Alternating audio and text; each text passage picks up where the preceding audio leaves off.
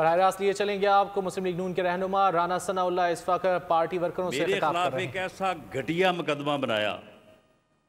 میں نے اس مقدمے میں کوئی 6-7 ماہ بعد رہا ہونے کے بعد میں قومی اسمبلی میں گیا. میں قرآن پاک اپنے ہاتھ میں لے کے گیا اور میں نے کہا کہ یہ قرآن پاک کا وہ نسخہ ہے جس کے اوپر روزانہ جو ہے وہ تلاوت کی جاتی ہے. میں خود جیل میں بھی کرتا رہا ہوں. میں نے کہا یہ قرآن پاک میرے ہاتھ میں گواہ ہے. اوپر قومی اسمبلی کی چھت پہ 99 نام اللہ تعالیٰ کے لکھے ہوئے ہیں. میں نے کہا کہ میں اللہ کے ناموں کو اور اس قرآن پاک کو گواہ بنا کے یہ کہتا ہوں کہ میری 25 سالہ جو ہے وہ سیاسی زندگی ہے.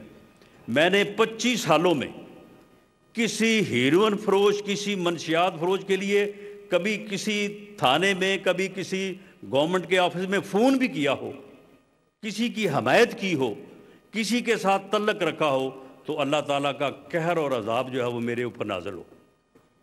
اور اگر میں نے یہ نہیں کیا اور اللہ کے فضل سے نہیں کیا تو پھر جن لوگوں نے میرے خلاف یہ جھوٹا مقدمہ بنایا ہے اللہ تعالیٰ کا قہر اور غضب ان پہ نازل ہو اور ان کے اوپر اللہ تعالیٰ ذلت مسلط کرے. اور اللہ کے فضل سے آج ذلت مسلط ہوئی ہے. آج وہ اس ذلت اور رسوائی کو جو ہے وہ اٹھا رہے ہیں.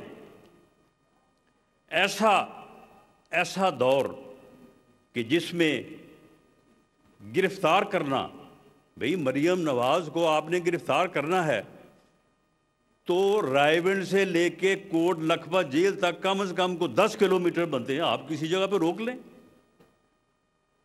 کسی جگہ پہ اسے روک کے گرفتار کر لیں, کہیں جی یہ وارنٹ ہے آپ کا خلاف مقدمہ ہے. او بھائی اسے جیل میں قید اس کے باپ میاں نواز شریف کے سامنے گرفتار کرنے کا کیا تک بنتا ہے؟ صرف ایذا دینا, تکلیف دینا. امریکہ میں گیا, وہاں پہ جا کے کہ جی میں اب جاؤں گا پاکستان اور میں جا کے دیکھوں گا کہ انہیں کوئی سہولتیں تو نہیں دی جا رہی, انہیں کوئی اے سی تو نہیں لگا دیا.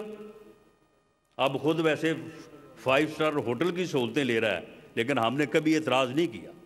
ہم کبھی اتنا گر نہیں سکتے کہ ہم جا کے یہ کہیں کہ جی اسے جیل میں جا کے دیکھو اسے کیا مل رہا ہے کیا نہیں مل رہا.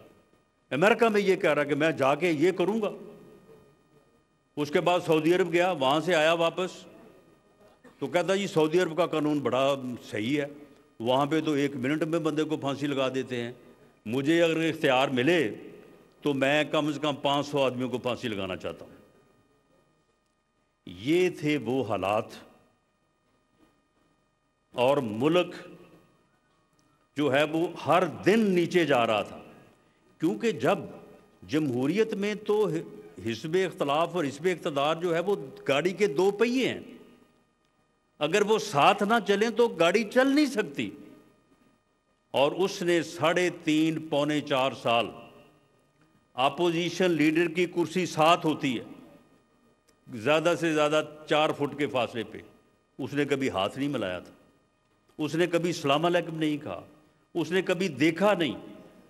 وہ اوپر سے جو ہے وہ کرسیوں کو جو ہے وہ بیچ میں سے ہو کے آتا تھا کہ اگر میں سامنے سے جاؤں گا تو شاید کہیں مجھے ہاتھ نہ ملانا پڑ جائے یا ملنا نہ پڑ جائے.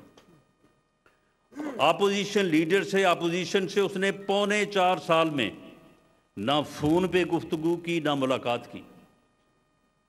اور ملک معاشی طور پہ اس طرح سے جو ہے وہ دیوالیہ پن کا شکار ہونے کے قریب آیا. جو IMF سے معاہدہ کیا آپ کے سامنے ہے. یہ بجلی کے بل کیوں مہنگے ہو رہے ہیں؟ سبسڈی ختم ہو گئی ہے. کیوں ختم ہو گئی ہے؟ IMF کا معاہدہ ہے. یہ IMF کا معاہدہ ہم نے کیا ہے. یہ پیٹرول کے اوپر یہ پیٹرول کیوں مہنگا ہوا ہے؟ کہ سبسڈی ختم کی گئی ہے اور گورنمنٹ جو ہے وہ سبسڈی نہیں دے سکتی کیونکہ IMF کا معاہدہ ہے. یہ IMF کا معاہدہ خود کیا, اس کے بعد اس معاہدے کو جو ہے وہ وائلیٹ کیا.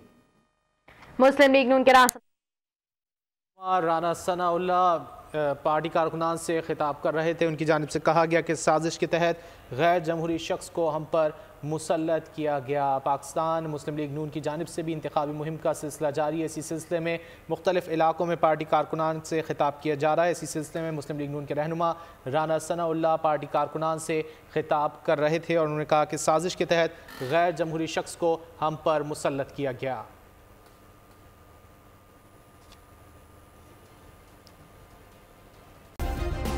سبسکرائب کریں اور بیل دبائیں تاکہ کوئی خبر رہ نہ جائے۔